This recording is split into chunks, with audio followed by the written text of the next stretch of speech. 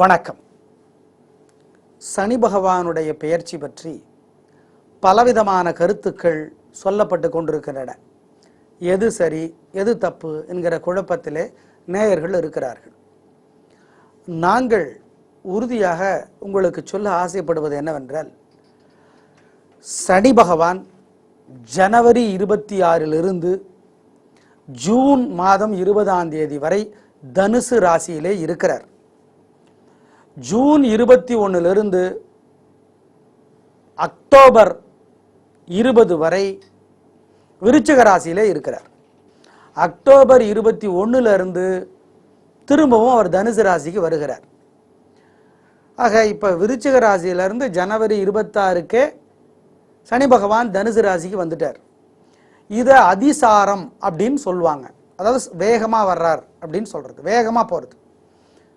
வழக்கமான வேகத்தை விட அதிகமான வேகத்தில் வந்தால் அதிசாரம். இதனால் சனி பெயர்ச்சி பலன்கள் கிடைக்குமா, மாறுமா அப்படின்னா திருக்கணித பஞ்சாங்கப்படி நாங்கள் சொல்லிகிட்டு இருக்கோம், இது மாறும். நாங்கள் இதை ரெண்டாக பிரித்து கொள்ளுகிறோம். எப்படி அப்படின்னா, ஜனவரி 26 ஜூன் 20 வரைக்கும் சனி பகவான் பெயர்ச்சி பலன்கள் ஒரு மாதிரி இருக்கும். ஜூன் 21 அக்டோபர் 20 வரைக்கும் இன்னொரு மாதிரி இருக்கும். எப்படி அப்படிங்கிறத ஒவ்வொரு ராசிக்கும் நாங்கள் இப்போ தனியாக சொல்ல போகிறோம். அதை ஞாபகத்தில் வச்சுக்கோங்க.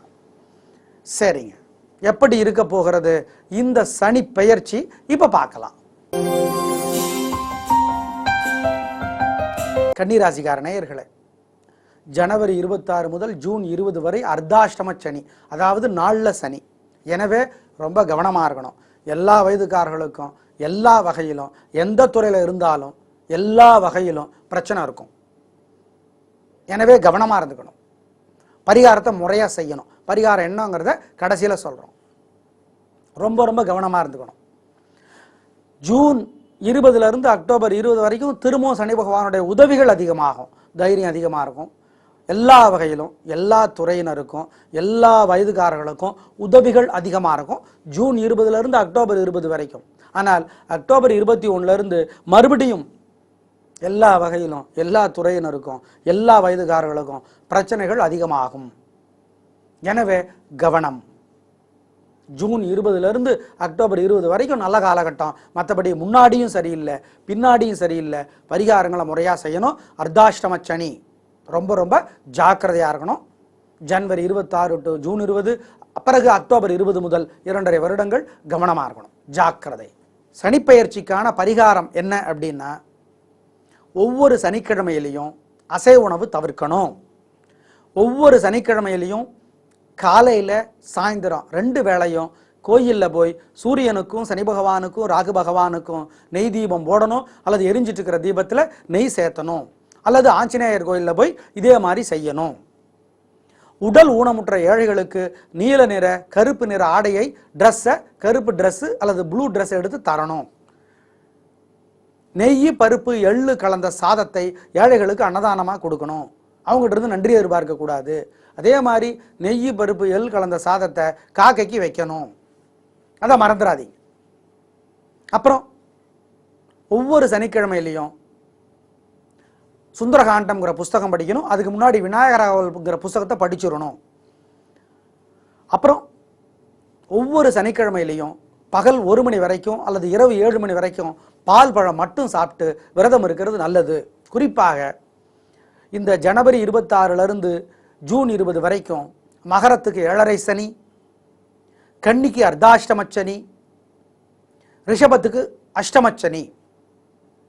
எனவே இவங்க இந்த விரதத்தை இரவு 7 மணி வரைக்கும் இருக்கிறது நல்லது. பிறகு அக்டோபர் 20 மறுபடியும் மகரத்திற்கு 7.5 சனி, ரிஷபத்துக்கு அஷ்டம சனி, கன்னிக்கு அர்த்தாஷ்டம சனி, தனுசுக்கு ஜென்ம சனிங்கிறதுனால இந்த பரிகாரத்தை முறையாக செஞ்சிடறது நல்லது. அதாவது விரதம். மற்றபடி இந்த பரிகாரங்களை எல்லோரும் சரியாக செஞ்சிடறது நல்லது. கடகம், கும்பம், பிறகு துலாம், இந்த 3 ராசிகளுக்குத்தான் சனிப்பெயர்ச்சி ஜனவரி 26 ஜூன் 20 வரையும், பிறகு அக்டோபர் 20 அடுத்த 2.5 வருடங்களுக்கும் ரொம்ப நல்லா இருக்கும். ஜூன் 26 அக்டோபர் 20 வரை 3 ராசிகளுக்கு தான் சனி பெயர்ச்சி நல்லா இருக்கு. அது மிதுனம், கன்னி, மகரம். எனவே இதற்கேற்றாற் போல மீதமுள்ள 9 ராசிக்காரர்கள் சனி பகவானுடைய பரிகாரத்தை முறையாக செஞ்சுட்டா நல்லது. மறந்துடாதீங்க. சனிக்கிழமை என்று ரொம்ப ரொம்ப கவனமாக இருந்துடணும். காலையில் 6 மணிக்கு முன்னாடி குளிச்சு முடிச்சு 6:30க்குள்ள வீட்டில் கிழக்கு நோக்கி நெய் தீபம் போட வேண்டியது ரொம்ப ரொம்ப முக்கியம். இந்த பரிகாரத்தை செய்யுங்கள், நலம் பெறுவீர்கள் என்பதை மறந்துவிட வேண்டாம். உடல் ஊனமுற்றவங்களுக்கு பொருளுதவி செய்கிறது, கல்விக்கு உதவி செய்கிறது, திருமணத்துக்கு உதவி செய்கிறதெல்லாம் சனி பகவானுடைய தொல்லையை குறைக்கும்.